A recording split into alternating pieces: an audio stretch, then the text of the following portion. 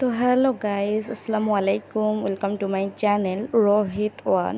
তো আজকের আরেকটা নতুন ব্লগ ভিডিও নিয়ে এসে গেছি। এটা কিন্তু রাতের ভিডিও, এটা কালকে রাতে ভিডিও। তো এখানে তোমাদেরকে দেখাচ্ছিলাম কি বলো তো, দাঁড়া 1 মিনিট ওয়েট করো, দেখাচ্ছি। জিভে একদম জল আসা একটা জিনিস, ঝালমুড়ি। মেয়েদের তো ফেভারিট একটা জিনিস, সেটা হচ্ছে ঝালমুড়ি। ঝালমুড়িটা এতটাই ভালো লাগে যে মানে কি বলবো, মানে আমাকে তো অনেক ভালো লাগে। কাকে কেমন লাগে আমি জানি না, কিন্তু ঝালমুড়ি আমি অনেক পছন্দ, মানে কি পছন্দ করি আর না করি, কিন্তু ঝালমুড়ি আমার একটা ফেভারিট মানে খাবার বলতে পারো। তো এখানে আমি খাচ্ছি, তোমাদেরকেও একটু দেখাচ্ছিলাম। এটা রাতে রাতে তোমার দাদাভাই বাজারে গিয়েছিলো, তো আমার জন্য একটু ঝালমুড়িও নিয়ে এসেছে। আর আমার বাবুর জন্য এনেছিল একটু চাউমিন। ও চাউমিন খাচ্ছিলো, আমি ঝালমুড়ি খাচ্ছিলাম। তো তোমাদেরকে একটুখানি দেখাই দিচ্ছিলাম যে দেখো কার কার জিভে জল এসেছে বলো। সেটাই বলছিলাম যে এই জিনিসটা দেখে, ঝালমুড়িটা দেখে কার কার জিভে জল এসে গেছে বলো। পিছনে দেখতে পাচ্ছ ওখানে কিন্তু কড়াই বসে দিয়েছি। একটা কাজ করব, মানে কি চাল ভাজবো, চাল গুঁড়ো করব।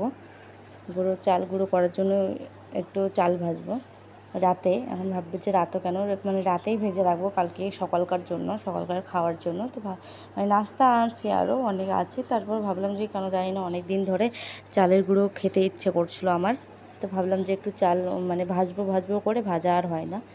ভাবলাম যে চাল একটু ভেজে নেই, ভেজে একটু গুঁড়া করে নিই, তার জন্য এটাই করছিলাম। তারপর কিন্তু ঝালমুড়িটা কিন্তু আমি একাই খাইনি, তোমাদের দাদাভাইকেও একটু দিয়েছি। তারপর ভেবো না যে একাই একাই মনে হয় রাক্ষসের মতন খেয়ে নিয়েছে। তো আমি একটুখানি খেয়ে তোমার দাদাভাইকে একটু দিয়েছি যে তুমিও একটু খাও, নিয়ে এসেছো যেহেতু, তো তুমিও একটু খাও। তোকে একটু দিয়ে দিয়েছি। তো এখন ঝাল মানে কি যেন চালটা ভাজবো, ভেজে গুঁড়ো করে নিব। সম্পূর্ণ ভিডিওটা দেখতে থাকো, আশা করি অনেক ভালো লাগবে। আর মানে যদি ভিডিওটা দেখে একটুকু ভালো লাগে, লাইক কমেন্ট সাবস্ক্রাইব করে আমার পাশে থাকবে। সব ভিডিওটা যেমনটা বলে থাকি, তো এই ভিডিওটা তো আমি বললাম যে সবাই আমাকে অনেক অনেক ভালোবাসা দিও।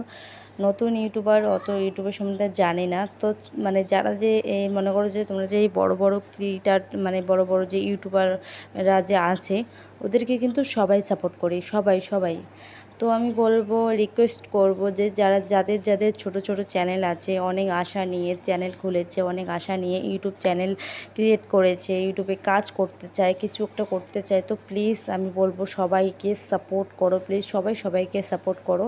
কারণ বড় ক্রিয়েটারদের এমনিতেই সবাই সাপোর্ট করে, যারা বড় যে চ্যানেলগুলো আছে, বড় বড় ইউটিউবারগুলো যে আছে, ওদেরকে কিন্তু এমনিতেই সবাই সাপোর্ট করে।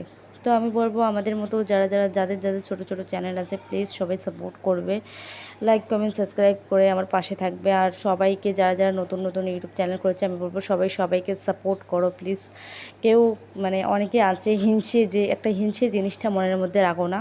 তার কারণ আমার মধ্যে একদমই হিংসে জিনিস নেই, আমি সবাইকে সাপোর্ট করি, অনেকটাই সাপোর্ট করি। যারা নতুন ইউটিউবার আছো আমাকে কমেন্ট করবে, কাকে তাকে আমি আমার যতটুকু পারবো সবাইকে সাপোর্ট করার চেষ্টা করব। আমার কমেন্টে কমেন্ট করবে যে আমি নতুন চ্যানেল খুলেছি, আমাকে সাপোর্ট করো, তো আমি সবাইকে সাপোর্ট করব, সবাইকে সাপোর্ট করার চেষ্টা করব ইনশাল্লাহ। তো এখন আমি কিন্তু সকালবেলা, কিন্তু এটা সকালবেলা স্নান টান করে আমি কিন্তু বাসন মাজতেছি। তার কারণ বাসি বাসন, এগুলো মাজিনি কালকে, জানি না কেন শরীরটা অনেক খারাপ করছিল। তারপরে চালটা গুঁড়ো করে রেখে তারপর ঘুমিয়ে পড়েছি, আর খাওয়া দাওয়াও করিনি। তো আজকে সকালবেলা উঠে স্নান করে বাসনগুলো মেজে, ভালো করে বাসন মেজে, তার আগে কিন্তু আমি স্নান করে আগে বাসনগুলো বাইরে রেখেছিলাম। আর তোমার দাদাভাইকে আগে চা করে দিয়ে দিয়েছিলাম ওদেরকে। তার কারণ ওদের অনেক খিদে পেয়েছিলো, একটু লেট হয়ে গেলে কিন্তু মানে রাগারাগি করবে তোমার দাদাভাই। আর আমি তো লেট হলে চলবে, যেহেতু আমি ভিডিও করব, আর আমার ভিডিও তো কেউ করে দেয় না, আমি নিজের ভিডিও নিজেই করি। তো সেজন্য ভাবলাম যে আগে ওদেরকে একবার চাটা করে দিই, আগে ওরাই খাক। ওরা কিন্তু খেয়ে নিয়েছে, মানে ছেলে তোমাদের দাদাভাই খেয়ে নিয়েছে। এখন আমার গুঁড়া খাচ্ছে, যে কালকে যে গুঁড়াটা করে রেখেছিলাম যে রাতের বেলা, তো সেই গুঁড়াটা আমি খাচ্ছি।